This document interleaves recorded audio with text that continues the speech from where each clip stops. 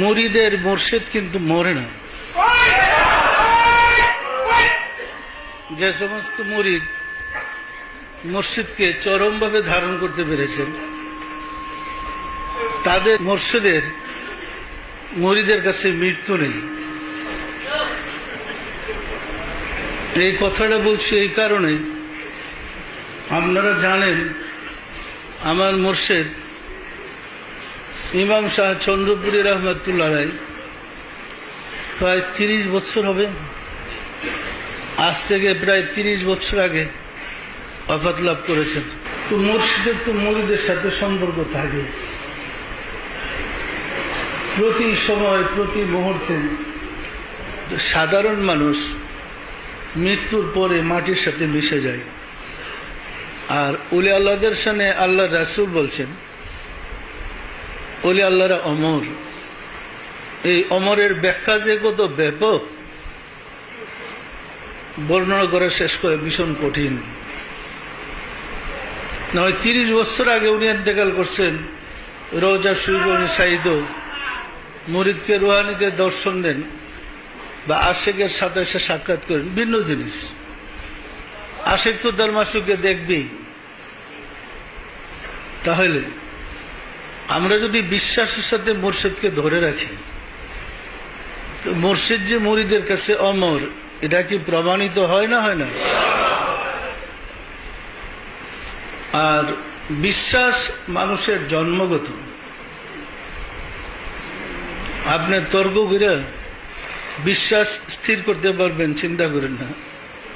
বিশ্বাস আল্লাহর পক্ষ থেকে দেওয়া, জন্মগত। আর এই বিশ্বাসটাকে ঈমান বলে। ঈমানের সৃষ্টি হয় হৃদয়ে।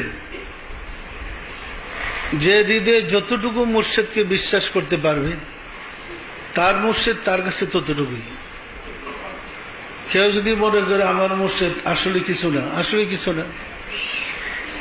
কেউ যদি মনে করে আমার মুর্শিদ আমার সব, আসলে তার জন্য সব। কিন্তু নির্ভর করে বিশ্বাসের উপরে। সাধনার পথে বিশ্বাসের সিঁড়ি বেয়ে আমাদের রাব্বুল আলামিনকে পেতে হবে। রাব্বুল আলামিনকে পেতে হলে বিশ্বাসের সিঁড়ি বেয়ে মুর্শিদের মাধ্যমে, রাসূলের মাধ্যমে আল্লাহর কাছে যেতে হবে এবং রাব্বুল আলামিনকে লাভ করতে হবে। মনে রাখতে হবে যে বিশ্বাসের নামে ঈমান। আমরা যে পরিমাণ বিশ্বাস করতে পারি সে তেমনই। এবং জগতে এমন কোনো ঘটনা নেই যা আল্লাহ করতে পারে না, আছে নাকি? জগতে এমন কোনো ঘটনা নেই যা আল্লাহ করতে পারে না। যার আল্লাহর সাথে সম্পর্ক আছে সে তো পারবেই। এটা তো আর দলিলের গুণ অপেক্ষা রাখে না, কারণ আল্লাহর গুণটা তো তাকে দিয়ে প্রমাণিত হবে। আল্লাহ যে কি, আল্লাহ যে একটা সত্তা, আল্লাহ যে একটা মহাশক্তি, এটা তো প্রমাণ হয়েছে নবীর দ্বারা, রাসূলদের দ্বারা, অলিবন্ধুদের দ্বারা। অলিবন্ধুদের মাধ্যমেই তো আল্লাহর গুণটা প্রকাশিত হবে। সুতরাং নিয়মিত তরিকার আমলগুলা করেন, নিয়মিত সাধনা করেন, সতর্ক থাকেন, আমাদের নিজেদের দোষ ত্রুটি যেন আমরা দূর করতে পারি। মানুষের মধ্যে যতগুলা রিপু আছে, কম বেশি সবগুলা রিপু আমাদের ভিতরে আছে। সবসময় চেষ্টা করেন যার যার রিপুগুলাকে সংযমী করতে, সংশোধন করতে।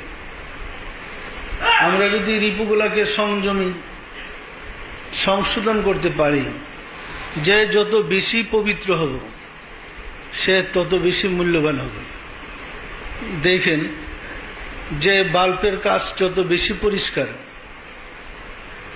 তত বেশি পরিষ্কার আলো প্রকাশ পায়।